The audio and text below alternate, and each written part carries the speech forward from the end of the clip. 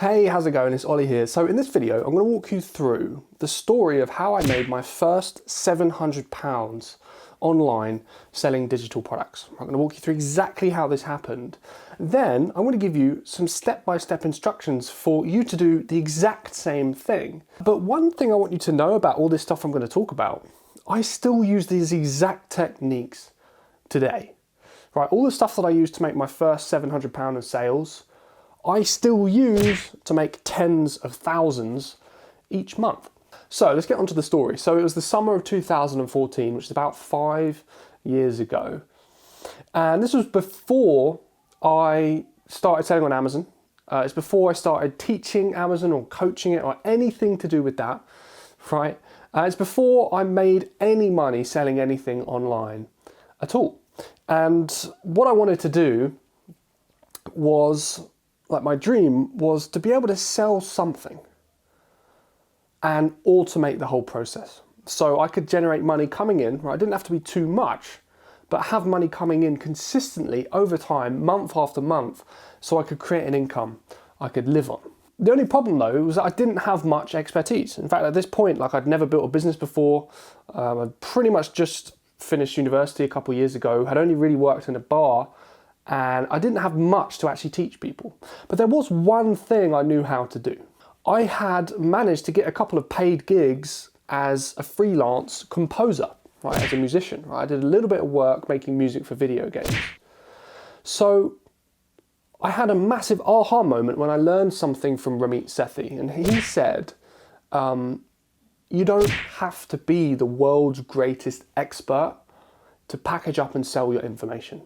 Most musicians out there have never made a penny from their craft, right? They just love what they do, but they've never made any money. So I thought, well, why not just build a little program teaching people how I got my couple of gigs making music for video games, right? Because surely, if people just used my program and got one gig, it could pay, a few £1,000s or whatever, and it would be a great investment for them.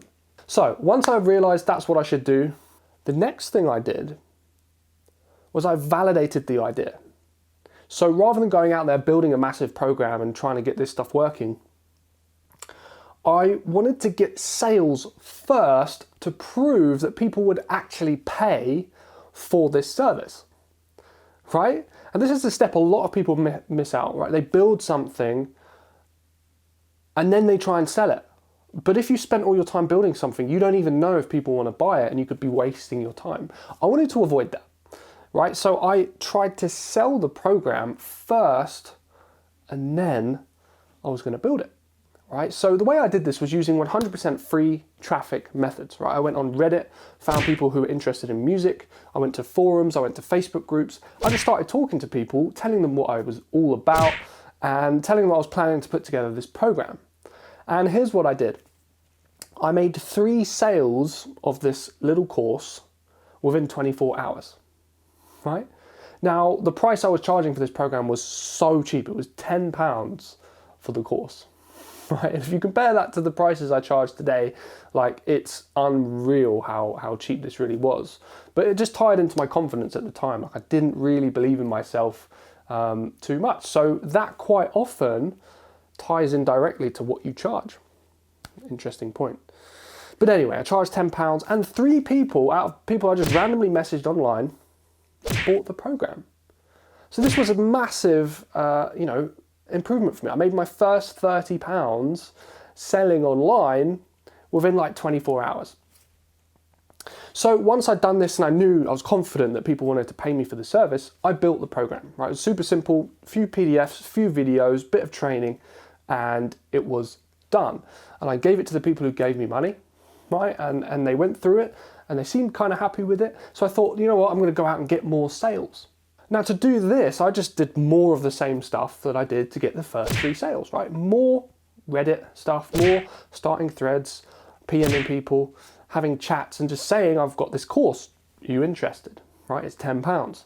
And by doing more and more of this and basically just hustling, I sold another 7 copies of the program. So within about a week and a half, I had made £100 selling a course. Now, if you think about it, I hadn't done any funnels, no webinars, no complicated sales processes or websites or anything else. I didn't even have a website at this time. And I had made £100 selling a program. Super easy, super simple. And this is how I recommend everyone get started. Just go out there, speak to the people who you think you will serve, and sell them stuff. Like, don't do the complicated stuff yet. Focus on the core fundamentals and building something people want first. So once I'd done this, I'd made 10 sales of the program. I thought, well, this is quite valuable. Why don't I test upping the price? So I thought, yeah, let's do that. I tripled the price of the program, right? Went from £10 to £30 because I thought, yeah, the stuff's valuable enough to charge that. And it definitely was.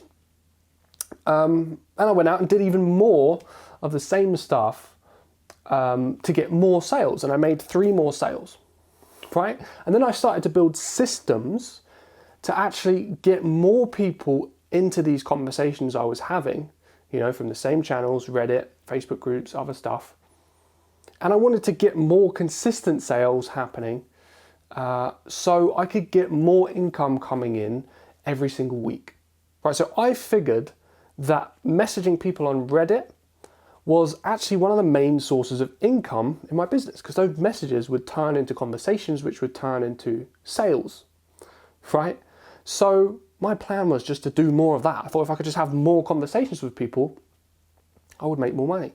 All right, so I started to come up with a schedule that I would do every single day, like send a message, start a thread, start a conversation, and then pitch the product. Right? And I would do that several times a day, every day.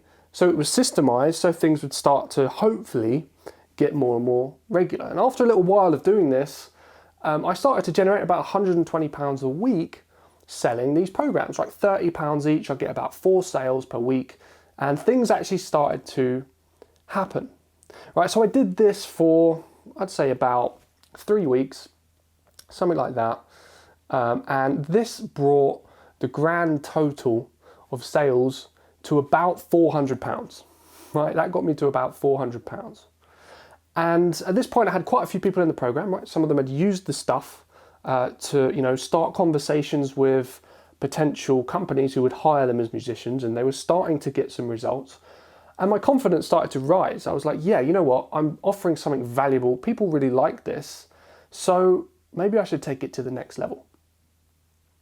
So I decided to up the price of the program again. Right, I thought, you know, why not just try it? Maybe if people will pay £30, maybe they'll pay £100 for the same thing. And maybe I could add on some extra stuff to make it more valuable and worth it.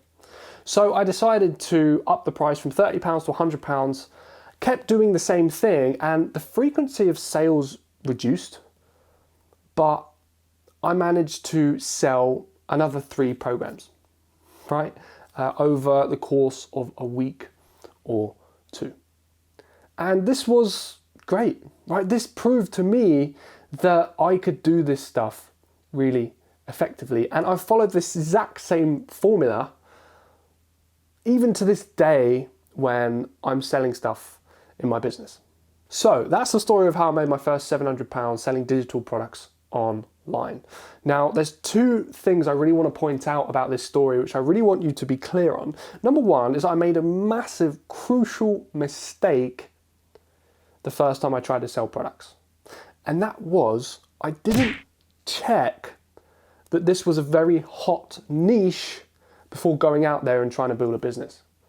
Now, this proves that even if you're not in a hot niche, you can still make money selling products online. Like, it doesn't really matter what it is you sell. There's pretty much going to be someone out there who's going to buy it from you, right? But if you really want to scale and you really want to build an actual income selling stuff, you want to make sure the niche is hot, right?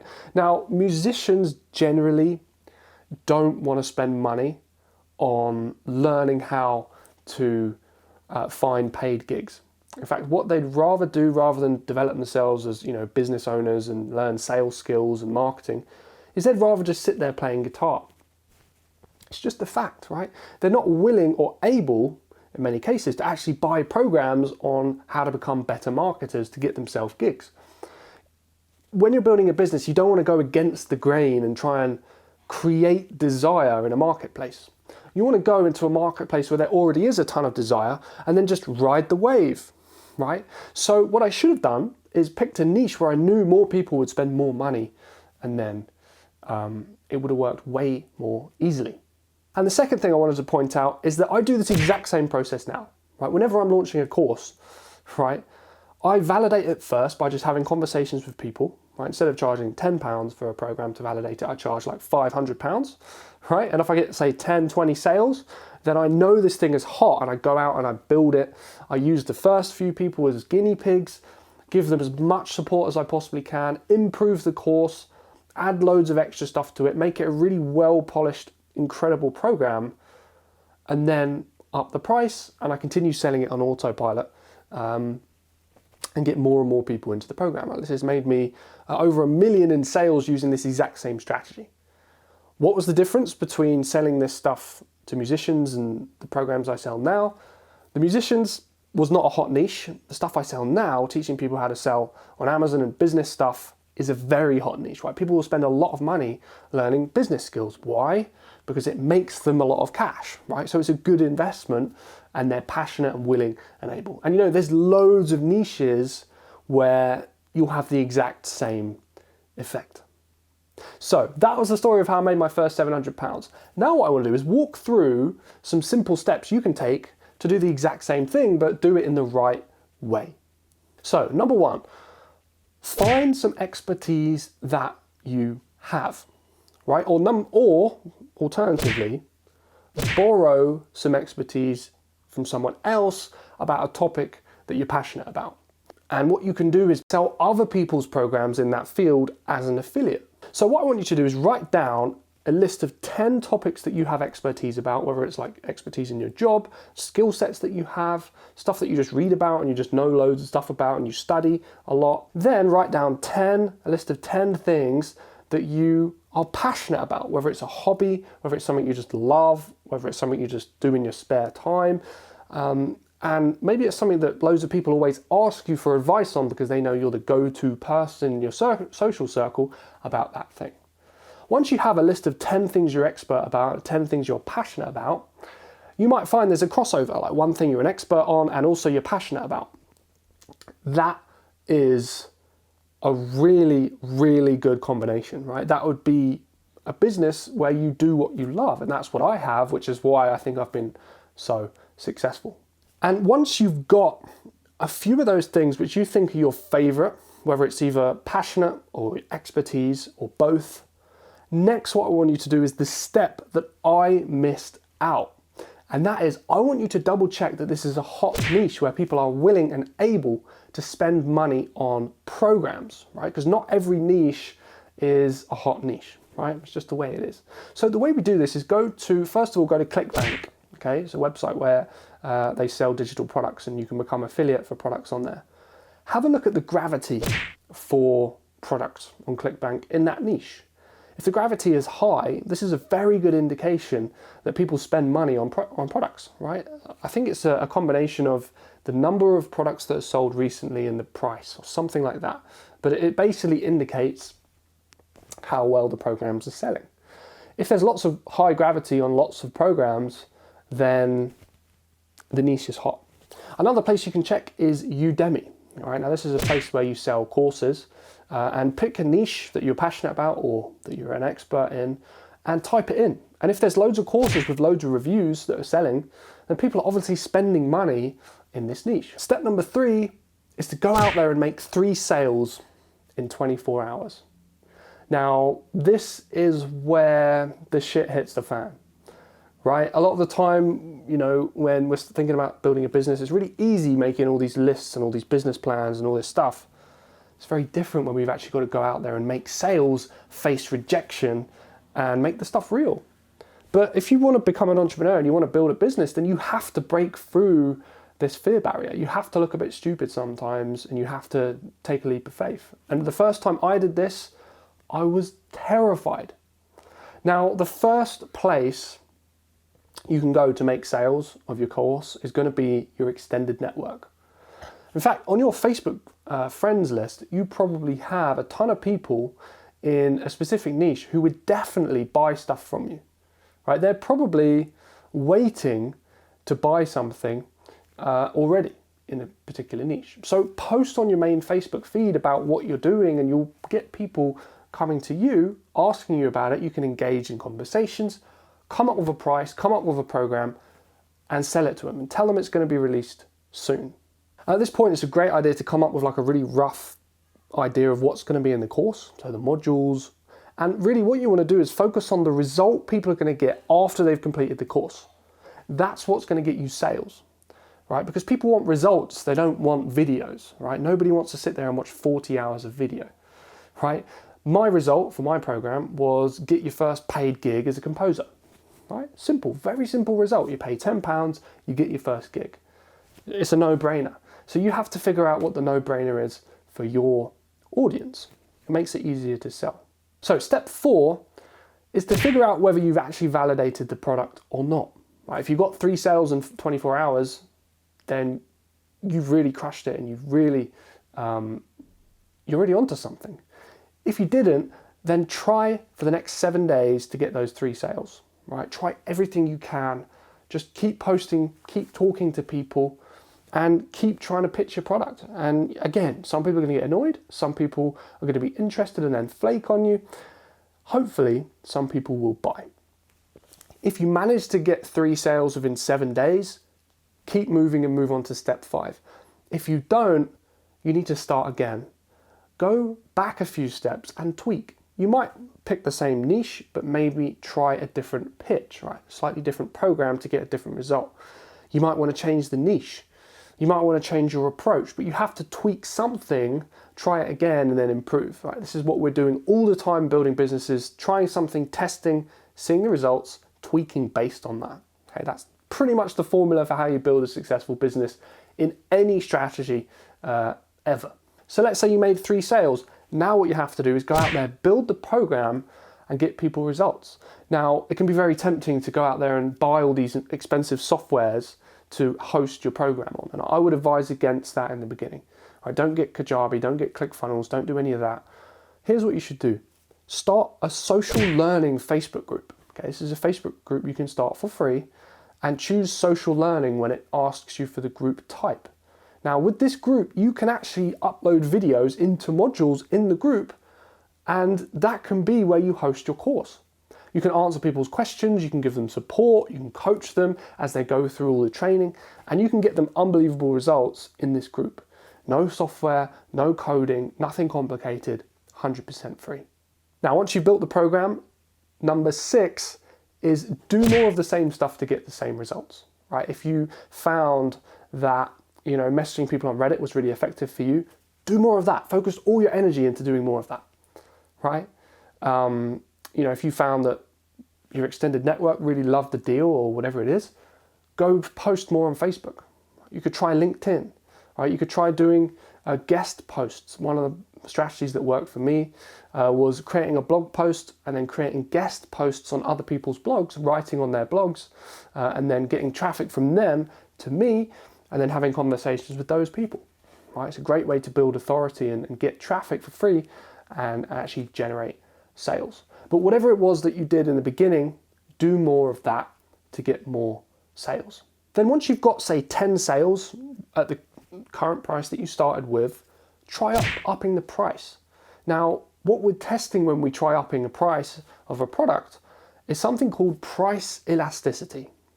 Now, you should imagine customers' will to pay a certain amount for a certain product. It's kind of like a rubber band, right? You can pull the rubber band so far and you can really stretch it, but then at some point it'll snap, right?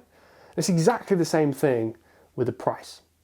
Customers will pay certain prices for certain things in certain situations based on how highly they perceive the value of the thing, right? Chanel can charge £5,000 for a handbag, but if you buy one in H&M, it's going to be like £50. If H&M started to sell a handbag for £5,000, no one would buy it, right? Because people's elasticity isn't very high with that brand. So this stuff is all relative. A lot of it's perceived, and you want to test to see how far you can stretch it. So try it. Try upping the price, double it, triple it. See what happens. You might find that it sells exactly the same even when it's more expensive. Step 8 is to build systems, right? Now, when I'm building systems in my business, I tend to use the Pareto principle. Now, if you haven't heard of the Pareto principle before, it's sometimes called Pareto's law. It takes the ratio of 80-20. Pareto was an Italian economist, and he realized that in his town in Italy, 80% of the taxes were being paid by 20% of the population. Then he started to notice that this pattern was actually present in loads of other areas. Like 80% of the flowers that grow come from 20% of the seeds that you plant, right?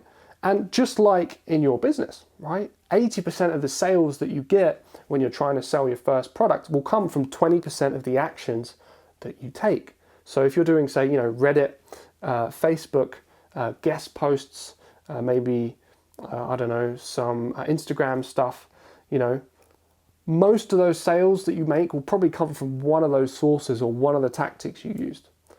So figure out what it is that's really making all your results and then zero in on that and do more of that. And when you know what it is, build systems out of it, right? Create a to-do list, on a piece of paper to do every day stuff that actually makes you money, right? That will get you closer to your goal.